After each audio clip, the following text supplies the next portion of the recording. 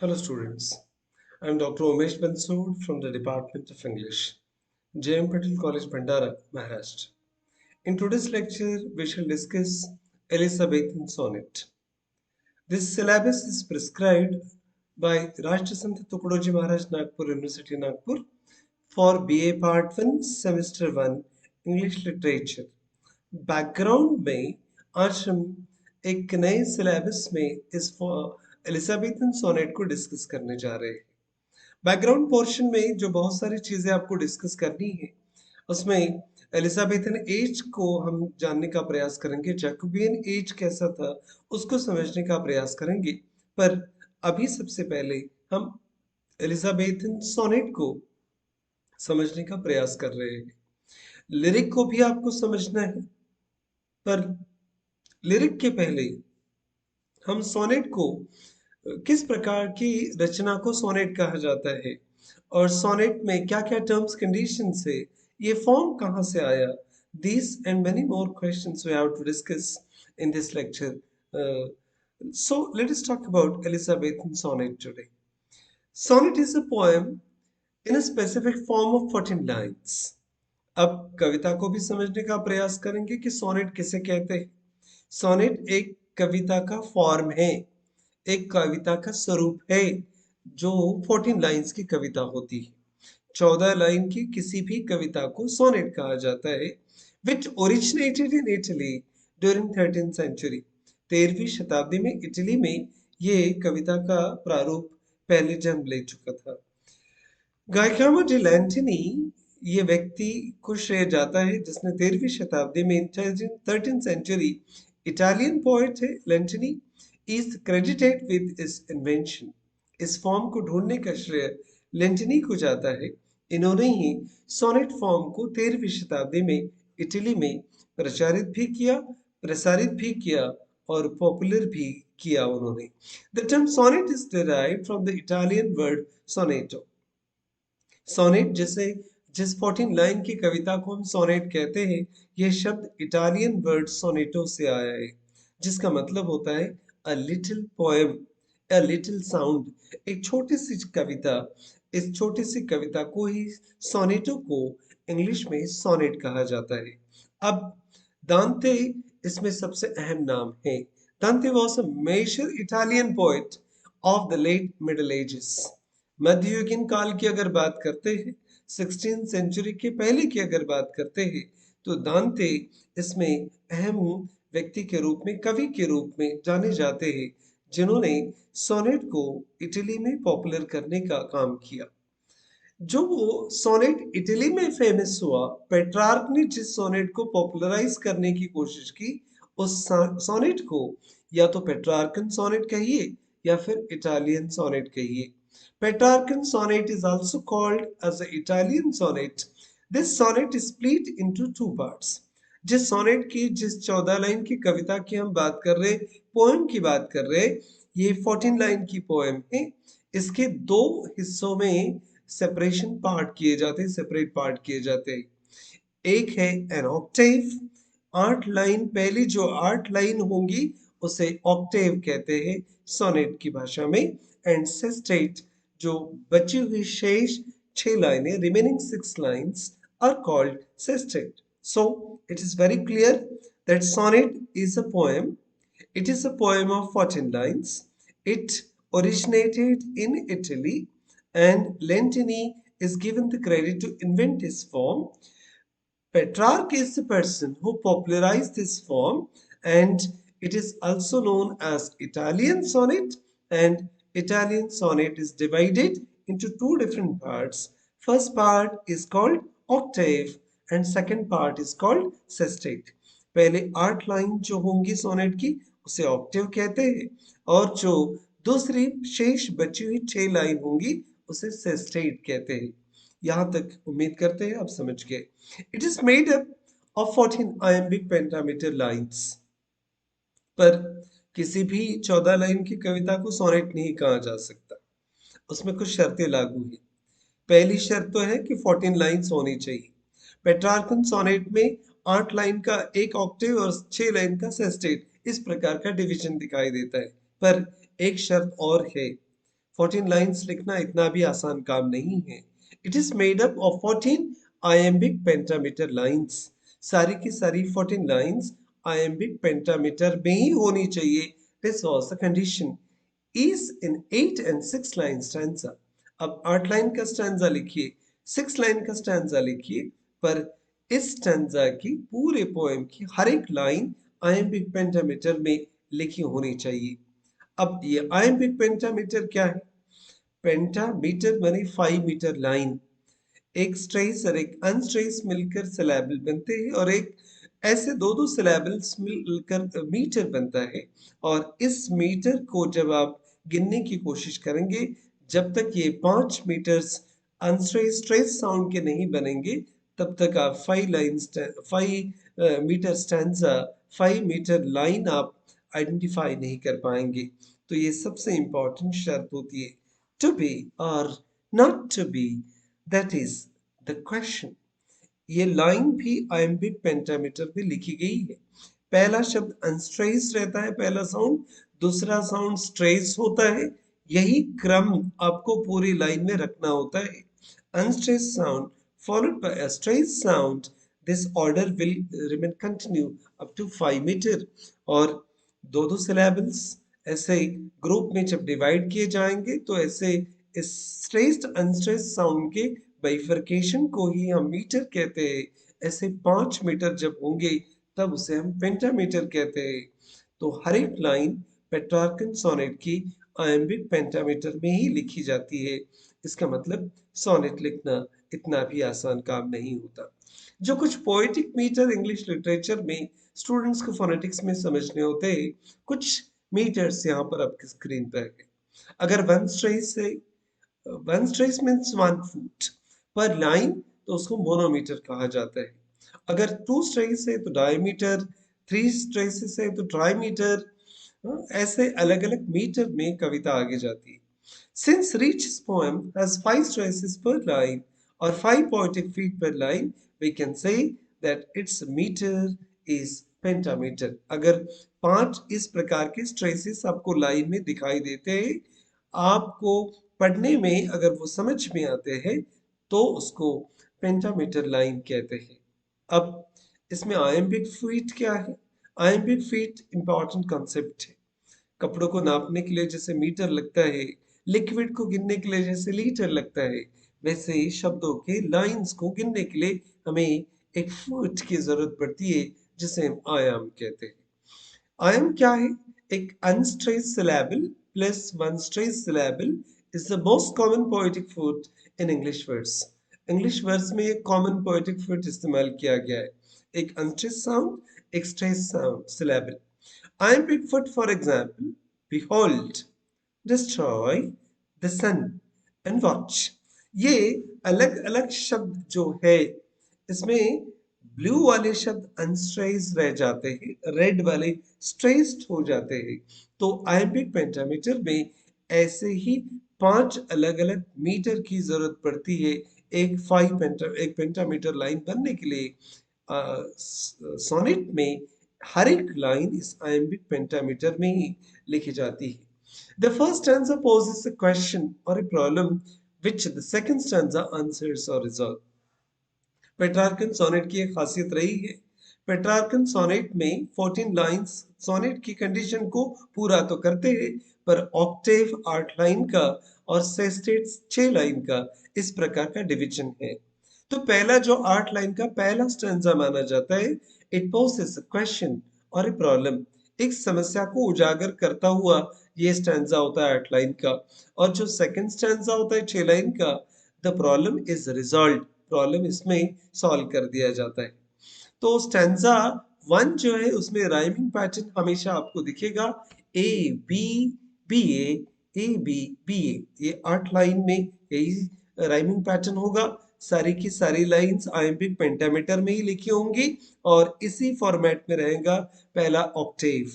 दूसरी जो 6 लाइन है, 6 lines, which is also called sestet in Italian stanza और पेट्रार्कन स्टैंजा, उसमें राइमिंग पैटर्न की लिबर्टी राइटर ने, पोएट ने ली है। सी डी ई या C D C D C D इस प्रकार का राइमिंग पैटर्न उन्होंने मेंटेन करने की कोशिश की है।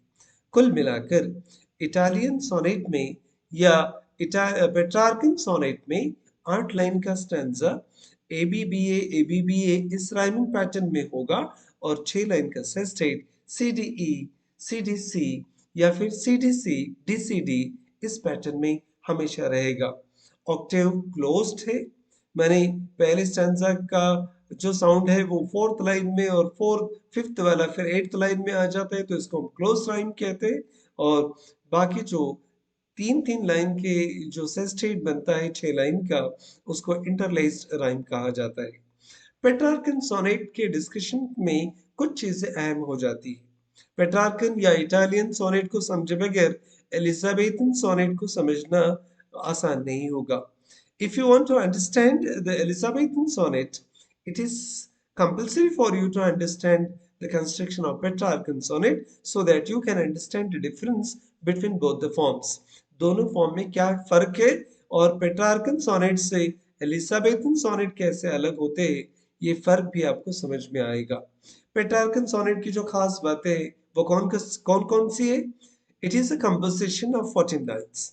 जिस सोनेट फॉर्म की हम बात कर रहे हैं वो 14 लाइन का कंपोजिशन है। Classical was modeled by other countries and this form was popularized by Petrarch, and this was considered the classical form of poetry and copied by the entire world. And two parts, there are two parts in Petrarchan sonnet. First part of 8 lines stanza is known as octave and another part is known as sestate, and rhyming will be in octave as ABBA, ABBA. And the first line rhymes with the fifth and eighth, and the second with the third, sixth, and the seventh line. Sestet has rhyming pattern CDE, CDE, or CDC, DCD, or sometimes it is CDE, DCE. In the sestate, poet takes the liberty of this kind of interchange. Octave is divided into two stanzas called quatrains. Octave को दो अलग अलग हिस्सों में भी चार चार line में बांटा जाता है, उनको क्वार्टेंस कहते हैं। और सेस्टेट में जो तीन तीन लाइन का डिवीजन होता है, वो तीन लाइन के स्टैंजा को टरसेट्स कहते हैं। After 8 line, there is a well-marked pause indicated by a punctuation mark called caesura. 8 line के बाद में आपको सोनेट में कॉमा दिखाई देता है। इस कॉमा को, इस पंक्चुएशन मार्क को कैशुरा कहा जाता है। ये कैशुरा is important. It is indicated that there is a change of thought after this caesura, and it is followed by a volta, a turn of thought. और आखिरी जो 6 लाइन आपको दिखाई देंगी वो वोल्टा है। यहाँ पर विचार बदल जाता है। पहले 8 लाइन में तो प्रॉब्लम है, समस्या है, क्वेश्चन से आखिरी 6 लाइन उसका जवाब देने की कोशिश करते हैं। If you understand, if you understood this first part of Petrarchan sonnet, then understanding Elizabethan sonnet becomes little bit easy. अगर आप पेट्रार्कन सोनेट को समझ गए हैं तो अभी एलिजाबेथन सोनेट को समझना थोड़ा सा आसान हो जाता है। क्यों इसे एलिजाबेथन सोनेट कहा जाता है वो भी हम समझेंगे। English sonnet was introduced in the first half of the 16th century when Queen Elizabeth was in reign. जब सिंहासन पर क्वीन एलिजाबेथ फर्स्ट थी, तब 16वीं शताब्दी में इस सोनेट फॉर्म को इंग्लैंड में इंट्रोड्यूस किया गया। And the credit goes to sir Thomas Wyatt and Henry Howard, earl of Surrey. These people, both authorities were on diplomatic mission in Italy, and they brought this form to England. England में इस form को लाने का श्रेय Henry Howard, earl of सरे को जाता है, सर थॉमस वैट को जाता है।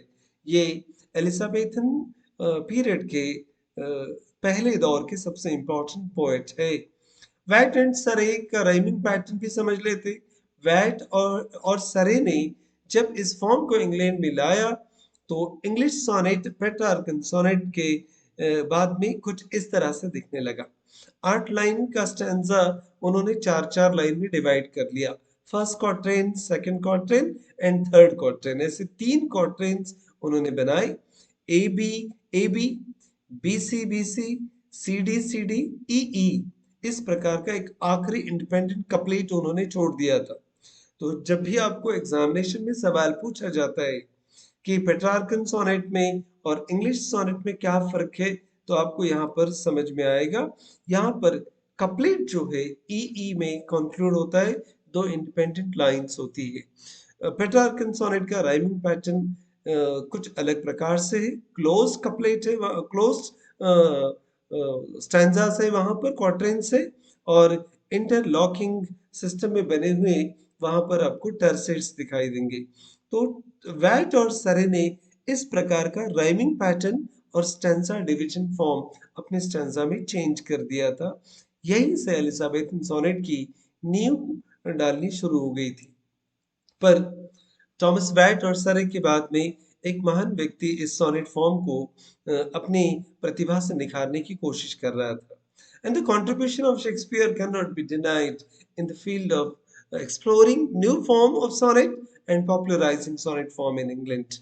Shakespeare's sonnets are considered a continuation of the sonnet tradition that swept through the Renaissance from Petrarch in 14th century Italy and was finally introduced in 16th century England by Thomas Watt, and was given its rhyming meter and division into quatrains by Henry Howard.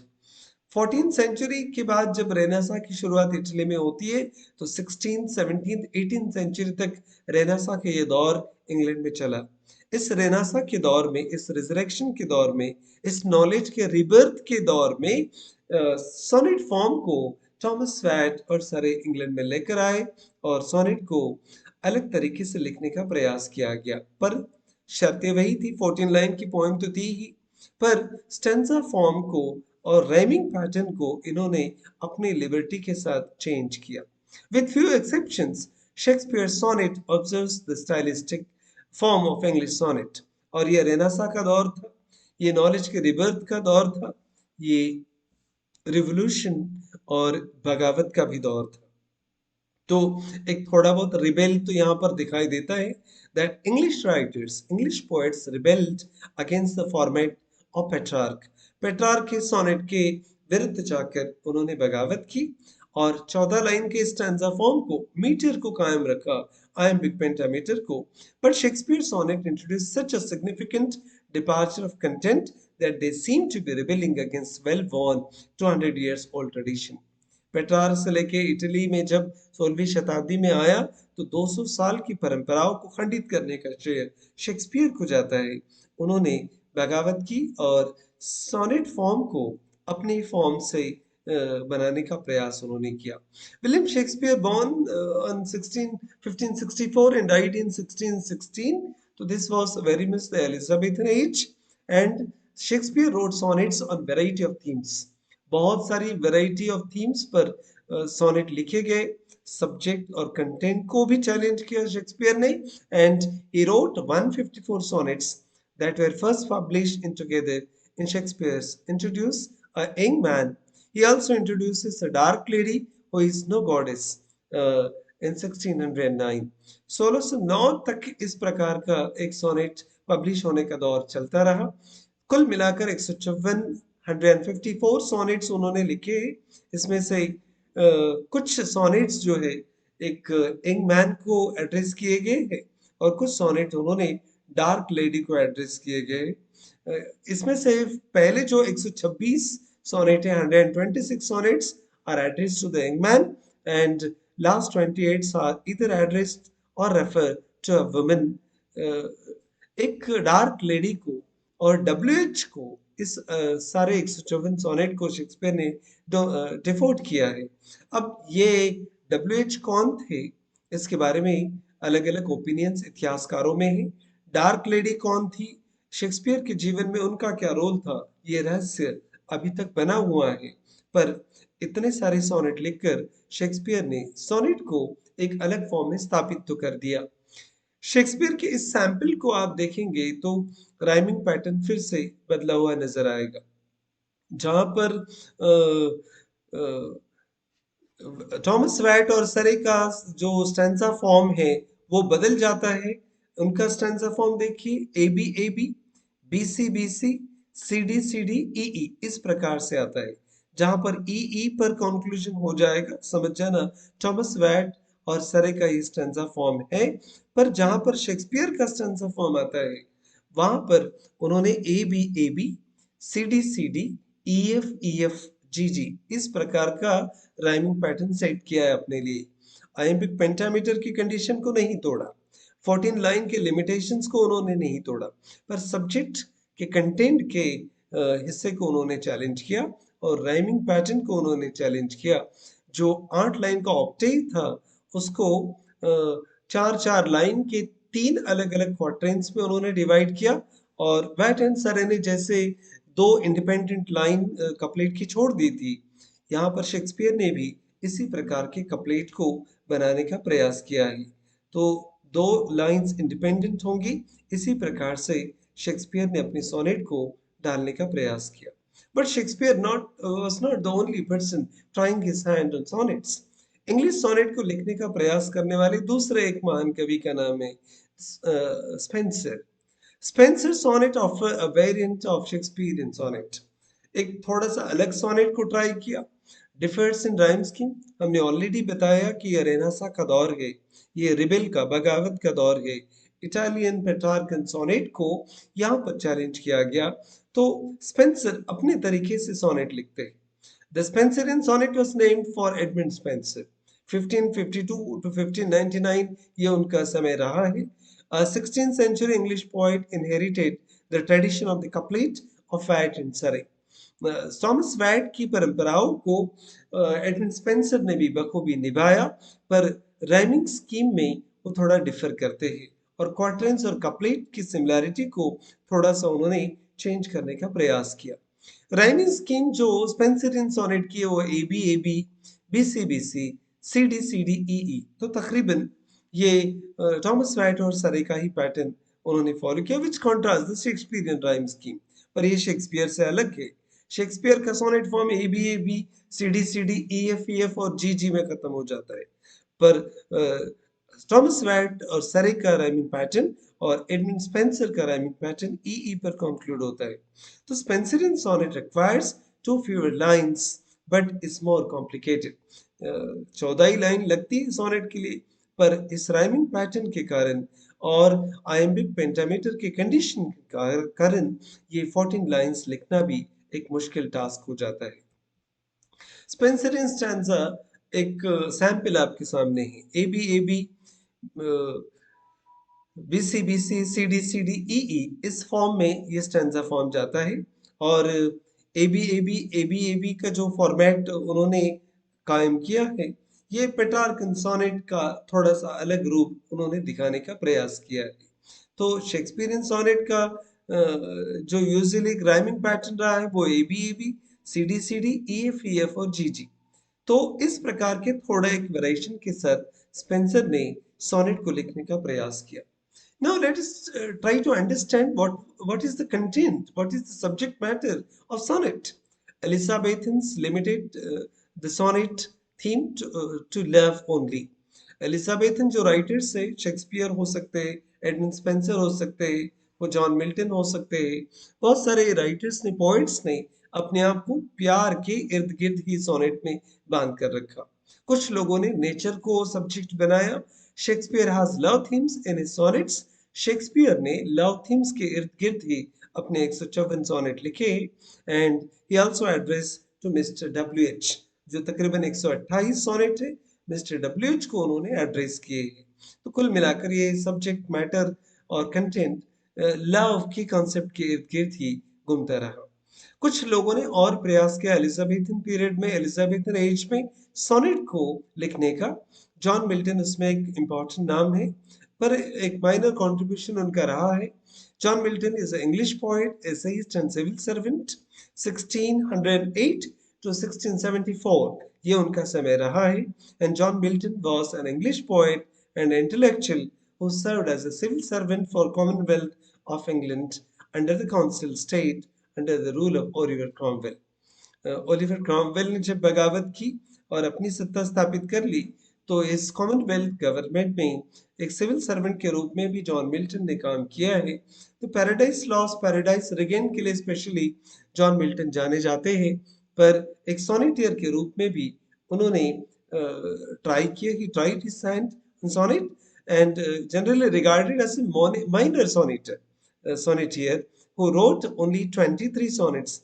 सिर्फ 23 अलग अलग sonnet उन्होंने लिखे, the number of which is very less to Shakespeare and Spenser. अगर Spencer के 154 sonnet की तुलना या स्पेंसर के सोनेट्स की तुलना की जाए तो जॉन मिल्टन का कंट्रीब्यूशन उतना ज्यादा नहीं है सोनेट के फील्ड में. I hope that this discussion will help you to understand what is meant by sonnet, where it originated, what is the contribution of Petrarch as a sonneteer, and how he developed Petrarch and sonnet, how Shakespeare, Edmund Spenser, Milton, and Watt and Surrey tried to evolve sonnet form in England and what changes they brought. Let us hope that this discussion will help you to understand sonnet in a better manner. Thank you very much for watching this video.